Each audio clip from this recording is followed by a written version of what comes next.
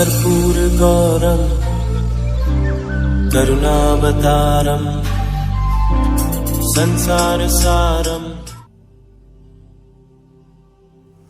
ओम शिवाय, जय माता दी। पुनः स्वागत है आप सभी का। चलिए हमारा उत्तम विषय ले लेते हैं। 15 नवंबर 2024 शुक्रवार, फ्राइडे। शनिदेव मार्गी हो जाएंगे। अब ये मार्गी स्वभाव को जो धारण करेंगे, इसका सीधा प्रभाव मीन राशि के हमारे प्यारे जो जातक हैं इनके जीवन पर कैसा बना रहेगा। आज मैं एक थोड़ा सा शनिदेव का सीक्रेट भी समझाऊंगा। स्कैनिंग विद्या के जो उपाय दिए जाते हैं और बहुत सारी चीज़ें समझाने का प्रयास करूंगा, क्योंकि आने वाला समय थोड़ा सा संघर्षपूर्ण है। क्योंकि शनिदेव का जो दूसरा चरण है 7.5 काल का, वह आरंभ हो जाएगा। पहले काल अवधि समझ लेते हैं, फिर चर्चा करेंगे बहुत अच्छे से। शनि 15 नवंबर 2024 दिनों का शुक्रवार सांझ 7:51 तक वक्री बने रहेंगे। इसके पश्चात शनिदेव मार्गी हो जाएंगे। अभी शनिदेव कुंभ राशि 11 नंबर में ही बने रहेंगे। शनि 28 फरवरी 2025 दिन होगा शुक्रवार शाम 7:06 से 9 अप्रैल 2025 दिन होगा बुधवार प्रातः 5:03 तक शनिदेव 40 दिनों के लिए अस्त प्रभाव में रहेंगे। ये समझाऊंगा मैंने अस्त प्रभाव का जिक्र क्यों करा है, जबकि ये तो अगले वर्ष है। शनि 29 मार्च 2025 दिनों का शनिवार रात्रि 11:01 पर मीन राशि 12 नंबर राशि पर गोचर करेंगे। मूल समझ लीजिए और ये समझिएगा 5 महीनों के लिए। वैसे तो प्रार्थना रहेगी 6 महीनों के लिए, लेकिन अक्टूबर जा चुका है जब से गुरुदेव वक्री हुए हैं, बृहस्पति देव वक्री हुए हैं। तब से मैं प्रार्थना कर रहा हूँ कि आने वाले 6 महीने सभी के लिए बहुत इम्पोर्टेंट है। लेकिन अभी जो प्रभाव है 15 नवंबर से हम गिनेंगे, तो उसमें धन, स्वास्थ्य, नौकरी, व्यापार, विवाह और संतान, यह जो 6 क्षेत्र हैं, इनमें शुभता देखने को मिलेगी। धन, स्वास्थ्य, नौकरी, व्यापार, विवाह और संतान जैसे प्रमुख क्षेत्रों में आपको शुभता देखने को मिलेगी। 15 नवंबर से गिन लो, नवंबर, दिसंबर, जाने वाले 2 महीने और आने वाले 3 महीने अगले वर्ष 2025 के, जिसमें कि अस्त प्रभाव भी आप देखोगे जनवरी, फरवरी और मार्च को जब ये मीन राशि में प्रवेश कर जाएंगे, आप जिनों की जातकों की राशि पर आ जाएंगे, तो दूसरा चरण आरंभ हो जाएगा। वक्री काल, मार्गी काल और अस्त काल को समझाऊंगा मैं, और साथ में मैं उपाय भी दूंगा और प्रार्थना करूंगा। आपकी लगन कुंडली जैसे मर्जी हो, अगर आपको यह बहुत अच्छे से क्लियर है कि हाँ, या तो मेरा मीन लगन है या मेरी चंद्र राशि, हाँ मुझे क्लियर है चंद्र राशि होती क्या है, और मेरी चंद्र राशि मीन है, 12 नंबर का साइन जो है वो मेरा है, मेरा लगन है, तो ये कर लीजिएगा। प्रार्थना रहेगी, बहुत बड़ी उपलब्धियाँ आपके साथ चलना शुरू हो जाएंगी। और करने का मतलब बार बार झांक के मत देखिएगा कि बीज डाला है, 2 घंटे बाद निकाल के देखेंगे बीज को कि पेड़ बना कि नहीं बना, बीज नष्ट हो जाएगा, ध्यान रखिएगा। आने वाले समय के लिए मैं अभी से प्रार्थना कर रहा हूँ। वक्री, मार्गी और अस्त को मैं छोटे से उदाहरण के साथ समझाने का प्रयास करता हूँ, जिससे शनिदेव के प्रति जो भय की प्रसिद्धि साथ में चलती है, वह थोड़ी सी शून्यता की और अग्रसर हो सके। आप हो, आप एक जातक हो, आपको बना लीजिए एक छोटा सा बेबी, और शनिदेव जो है उसको घर का एक बड़ा बुजुर्ग बना लीजिए, जिसके साथ आपका मैत्री स्वभाव है। जो कुछ भी आपको चाहिए होता है, जो भी व्यथा होती है, प्रेम की बात होती है, खुशी होती है, दुख होती है, वह अपने बुजुर्ग के साथ शेयर करते हो, और बुजुर्ग का एक साया बना रहता है। ठीक है। अब जो है क्या आ गया, वक्री काल आ गया। जून में स्टार्ट हो गया था ना, नवंबर तक चलेगा, 15 नवंबर तक ये वक्री काल आ गया। अब किन्हीं कारणों से आपके उत्तम भविष्य के निर्माण के लिए उस बुजुर्ग ने दृष्टि कहीं और क्षेत्रों पर डालनी शुरू कर दी। वह दृष्टि सीधी पड़े, इसलिए उसको थोड़ा सा मुख हटाना पड़ा आपकी तरफ से। अब वह जो छोटा बच्चा है उसकी तरफ उस बुजुर्ग की पीठ हो गई है। अब बच्चा जिस स्थान पे खड़ा हुआ है वहाँ से उसको उसका मुख दिखना बंद हो गया है। उसको समझ में नहीं आ रहा अचानक से ये क्या बात हो गई है, मेरे जीवन में ऐसा क्यों लग रहा है, अंधकार आना शुरू हो गया है, मेरी बातों का जवाब क्यों नहीं आ रहा है। उसने ऊपर उठ के देखा, दृष्टि ऊपर करी तो दिखाई दिया सर का पिछला हिस्सा। अब समझ में यह नहीं आ रहा उसको अपनी चेतना के हिसाब से क्या मुझसे मुंह मोड़ लिया गया है कि मेरे जीवन में जो शुभता चल रही थी वह खत्म हो गई, संघर्ष बढ़ने वाला है, वह कुछ समझ नहीं पा रहा था। लेकिन बुजुर्ग को अपने बच्चे कल्याण के लिए स्टेप उठाना ही था, क्योंकि दृष्टि अलग डालने के लिए, उत्तम भविष्य निर्माण के लिए, उसको दृष्टि डालने के लिए मुख थोड़ा सा टेढ़ा करना ही पड़ा, जिससे कि पीठ आ गई बच्चे की तरह। अब बच्चे को ऐसा लग रहा है कि मैं जो मर्जी कर लूँ मेरी बात का कोई जवाब नहीं आएगा, लेकिन बच्चे को यह नहीं दिख रहा है कि कान अभी भी सुन रहे हैं उस बच्चे की बातों को, और जो बुजुर्ग है वह खुश भी हो रहा है और दुखी भी हो रहा है।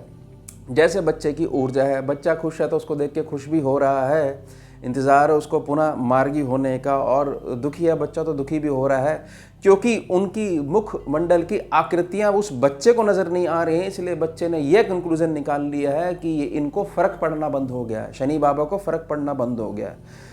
ये ग्रह आपसे मुंह नहीं मोड़ सकते हैं, इस बात का ध्यान रखिएगा। यह शनि ग्रह है, व्यर्थ में भय की प्रसिद्धि इनके साथ चलती है, जबकि यह तो भय मुक्त करते हैं अगर असल में कोई इनके चरण पकड़ ले तो ही। इसी आधार पर चरण पकड़ने के लिए मूल फॉर्मूला ये है कि अपने आप को, अपने आसपास के एनवायरनमेंट को, अपने परिवार को, और सबसे बड़ी बात अपने प्रारब्ध को स्वीकार कर लो। शनिदेव राजा बना देंगे। यह नहीं देखना फिर काल क्या चल रहा है, ढैया का, साढ़े सती का, बीच की साढ़े सती, आने वाली जाने वाली। ध्यान रखिएगा ये स्कैनिंग विद्या की गणनाएं हैं जो कि ज्योतिष विद्या से पूर्णता अलग है। अब प्रार्थना रहेगी कि अब हो गया है मार्गी काल। मार्गी काल में क्या करा बुजुर्ग ने आपकी तरफ कर लिया फेस। अब होगा क्या, वह बच्चे को एक तो पुरानी जो खुशी है वह लौट आई, साथ में जो वक्री काल में उस बुजुर्ग ने व्यथा सुनी अपने बच्चे की, अपने प्यारे की जो बात सुनी, उसका रिजल्ट देंगे मार्गी काल में। ध्यान रखिएगा इस बात का। ऐसा नहीं है कि अनसुना कर दिया गया था, आपकी बातों को सुना जा रहा था, आपको ऐसा लग रहा था अपनी स्थिति के हिसाब से। यही होता है ना, जो जातक पृथ्वी तत्व में ज़्यादा अटका हुआ है उसको ही फर्क पड़ता है इन चालों का, वक्री का, मार्गी का, अस्त का।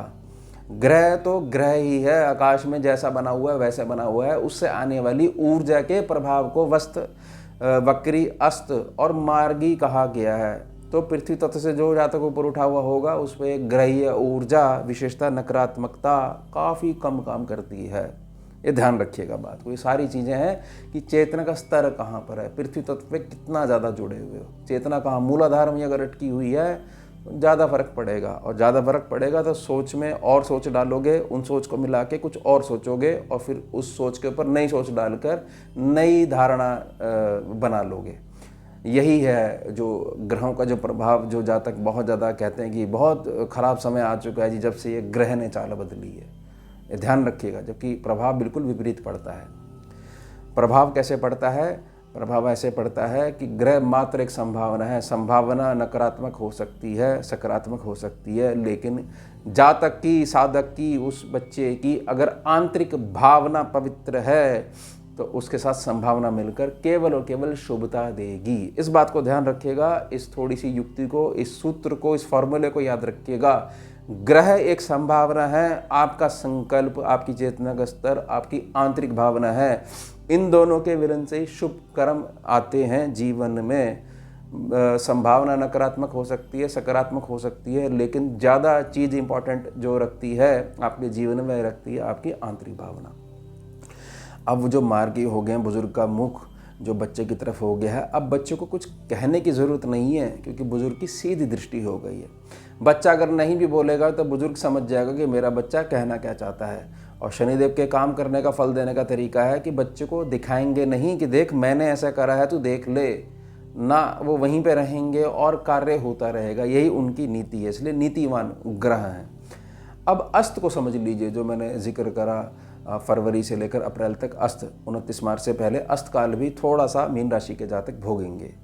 अस्त में क्या होगा? अस्त में आपकी थोड़ी सी परीक्षा का समय आएगा। बहुत सारे डिसीजंस जो आपको लेने पड़ेंगे वह स्वयं के कंधों पे भार उठाते हुए लेने पड़ेंगे, लेकिन इसका मतलब यह नहीं है कि दोबारा ये समझ लो कि मेरे से मुंह मोड़ा जा चुका है। नहीं, दृष्टि संबंध, मानसिक संबंध अभी भी बना हुआ है। मात्र बुजुर्ग ने कहा है कि देखो मेरा आशीर्वाद तुम्हारे साथ है, मैंने जो अनुभव तुम्हें प्रदान करे हैं, जो नीतियाँ तुम्हें प्रदान करी हैं, जो बड़प्पन तुम्हें प्रदान करा है वह तुम्हारे साथ है।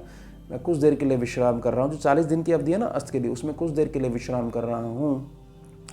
तुम संभालो, तुम संभाल सकते हो, अब तुम बड़े हो गए हो। तो ध्यान रखिएगा, इस काल को, आने वाले काल के लिए मैंने अभी ही प्रार्थना कर ली है। तो ये तीनों चीज़ आपको समझ में आ चुकी हैं।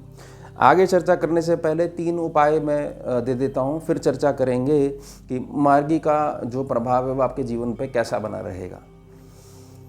शनिदेव अपने इष्ट से, श्री हरि नारायण से, भगवान विष्णु से, भगवान कृष्ण से बहुत प्रेम करते हैं, अपने गुरु से बहुत प्रेम करते हैं, भगवान महादेव से, अपनी माता से बहुत प्रेम करते हैं शनिदेव। यानी कि ये कहा जाए कि आपको कभी मौका मिले इस प्रकार के मानसिक वार्तालाप का, साधना में जब उच्चतम स्थिति प्राप्त होगी, या समझ लीजिए हमारी साधना वाली लैंग्वेज में मूलाधार की सिद्धि जिस दिन हो जाएगी, तो वहाँ पर शनि ग्रह का पॉइंट होता है, उसी को रीड करा जाता है स्कैनिंग विद्या में। वो स्टोर्ड एनर्जी का पॉइंट होता है, जो गोचर, वक्री प्रभाव, अस्त प्रभाव, मार्गी प्रभाव, इनकी जो जितने भी ग्रहों की ऊर्जा होती है सारी स्पाइन में इनके पॉइंट्स होते हैं। ये थोड़ा सा खुल के मैं बता रहा हूँ आपको। तो शनिदेव से आप पूछोगे कभी ऐसा होगा, तो वो 3 ही कारण बताएंगे, माता, इष्ट और गुरुदेव। उन्हीं के कारण शनि देव में जो है वो आध्यात्मिक और आत्मिक बल इतना ज़्यादा है, ये ध्यान रखिएगा।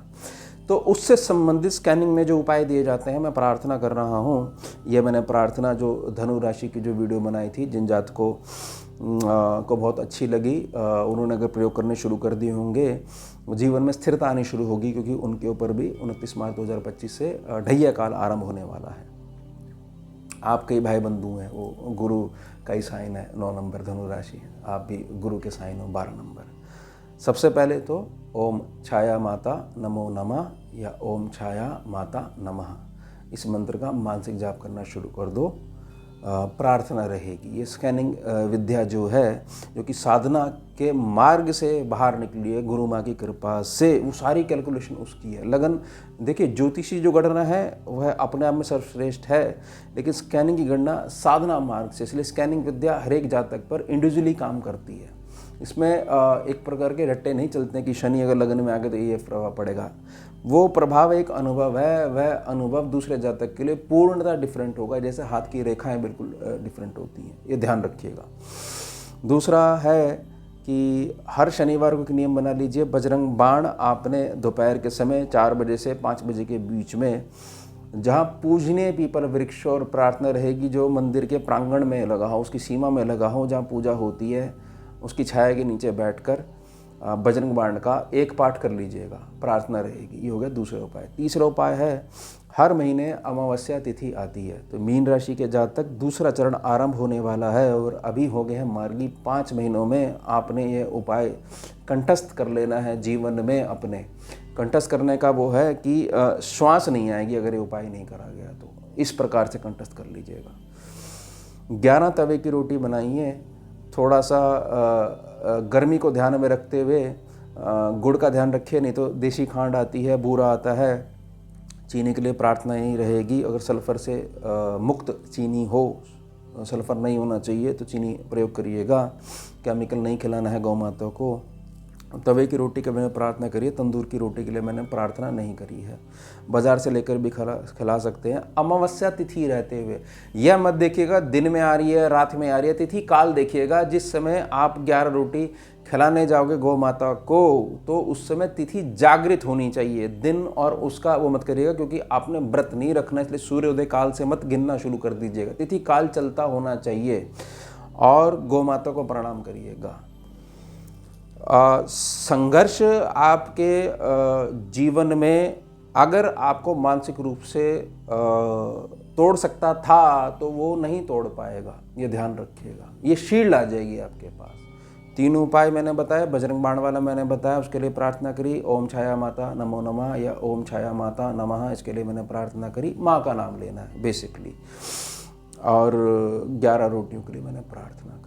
ये कब तक करना है? करते रहो। जैसे आपको भोजन चाहिए होता है ना, अब आप कभी भोजन करते ये तो सवाल नहीं करते हो कि कितने दिन तक करना है, ये तो करना है, स्वाभाविक है, तो यह भी करते रहिए। हाँ, इसमें मान लीजिए कभी ऐसा हो जाए कि कुछ गैप आ जाए कि एक अमावस्या हमारे से छूट गई, तो कोई बात मत मानिएगा किसी भी दिन बीच में क्षमा याचना करते हुए खिला दीजिएगा। मान लीजिए जैसे अमावस्या तिथि आज से 4 दिन बाद है और आपसे भूल लग गई, तो जब भी आपको स्मरण आए तो उसी दिन को अमावस्या तिथि मानते हुए आप जो पिछली अमावस्या निकल गई है उसके नाम की खिला देना। ये बात ध्यान रखिएगा और अगले अमावस्या पर ध्यान रखिएगा। तो यह अगर आप उपाय कर लेते हो तो बहुत अधिक मजबूती आने वाली है। फटाफट अब हम समझ लेते हैं जो धन, स्वास्थ्य, नौकरी, व्यापार, विवाह, संतान के क्षेत्र में जो आने वाले 5 महीने बहुत इंपॉर्टेंट हैं।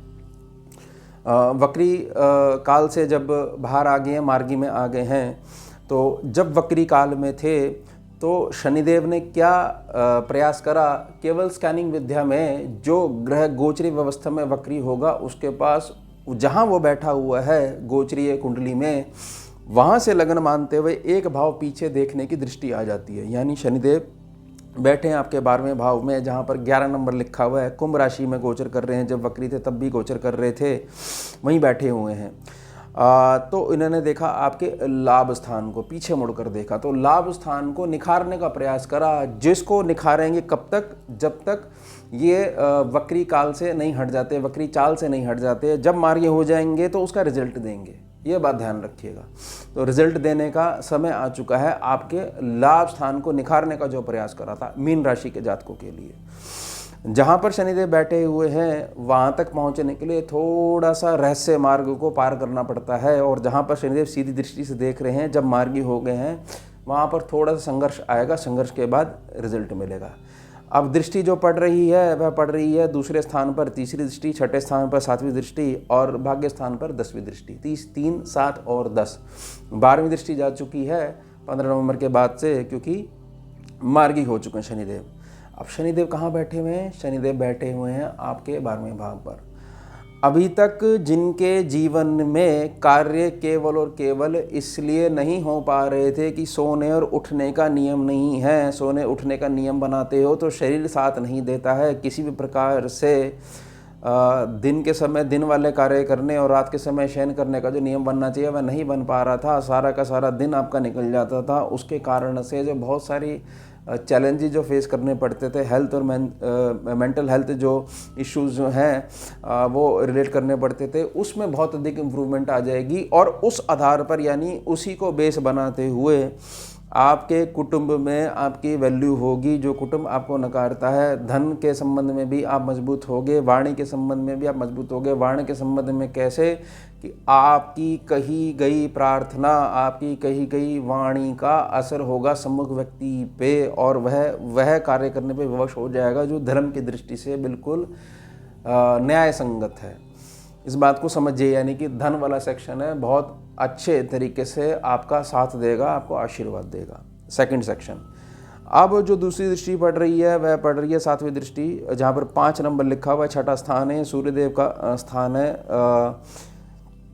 इसको आप ऐसे समझिएगा कि यहाँ से संबंधित जो कार्य हैं, मान लीजिए घर में किसी का विवाह नहीं हो रहा है, उसके लिए लड़का देख रहे हो, लड़की देख रहे हो, तो आने वाले जो 5 महीने हैं इनमें बेस बनना शुरू हो जाएगा। स्वयं की विवाह के ऊपर बात है तो इसमें बेस बनना शुरू हो जाएगा।